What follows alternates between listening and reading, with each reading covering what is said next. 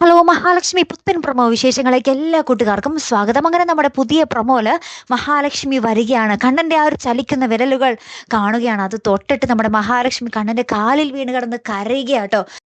അപ്പൊ നമ്മുടെ അനന്ത് പറയുന്നുണ്ടേ, ആ ഒരു കൃത്യസമയത്ത് ഒരു ദൈവദൂതനെ പോലെ അവൻ വന്നില്ലായിരുന്നെങ്കിൽ ഇപ്പോൾ നമ്മുടെ കണ്ണനെ നമ്മൾ ഒരിക്കലും കാണില്ലായിരുന്നു എന്ന് പറയുന്നുണ്ട്. അപ്പൊ തന്നെ നമ്മുടെ മഹാലക്ഷ്മി, ആരാണ് അവൻ, കണ്ണേട്ടനെ രക്ഷിച്ചവർ ആരാണ്, എനിക്ക് അയാളെ കാണണം, എനിക്ക് അയാളെ കണ്ട് നന്ദി പറയണം എന്നൊക്കെ പറഞ്ഞിട്ട് നമ്മുടെ മഹാലക്ഷ്മി മാർക്കോനെ കാണാൻ വേണ്ടി ആ മുറിയിലേക്ക് ചെല്ലുന്നുണ്ട് ട്ടോ. പക്ഷേ മാർക്കോയാണ് തന്നെ രക്ഷിച്ച അയാൾ തന്നെയാണ് കണ്ണേട്ടനെ രക്ഷിച്ചതെന്ന് നമ്മുടെ മഹാലക്ഷ്മി അറിയുന്നില്ല. കാണാൻ പോകുന്ന ഒരു രംഗങ്ങളാട്ടോ നമുക്ക് കാണുവാൻ സാധിക്കുന്നത്.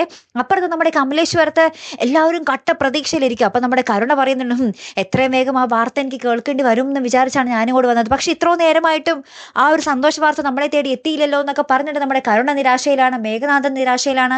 അങ്ങനെ എല്ലാവരും ആ ഗുണ്ട വിളിച്ച് പറഞ്ഞിട്ടുണ്ടാവും കാര്യങ്ങളൊക്കെ കൈവിട്ട് പോയി, ഇനി അയാളൊന്നും ചെയ്യാൻ പറ്റില്ല എന്നുള്ളത് അല്ലേ. അപ്പൊ എന്തായാലും ഇവർ വിചാരിച്ചതിനും പതിന്മടങ്ങ് ഇരട്ടി ശക്തിയോടുകൂടിയായിരിക്കും നമ്മുടെ കണ്ണൻ ഇനി തിരിച്ചു വരവ് അല്ലേ കൂട്ടുകാർ. എന്തായാലും കാത്തിരുന്ന് തന്നെ കാണോട്ടോ. അടുത്തൊരു വീഡിയോ വരുന്നത് വരയ്ക്കും ഗുഡ് ബൈ.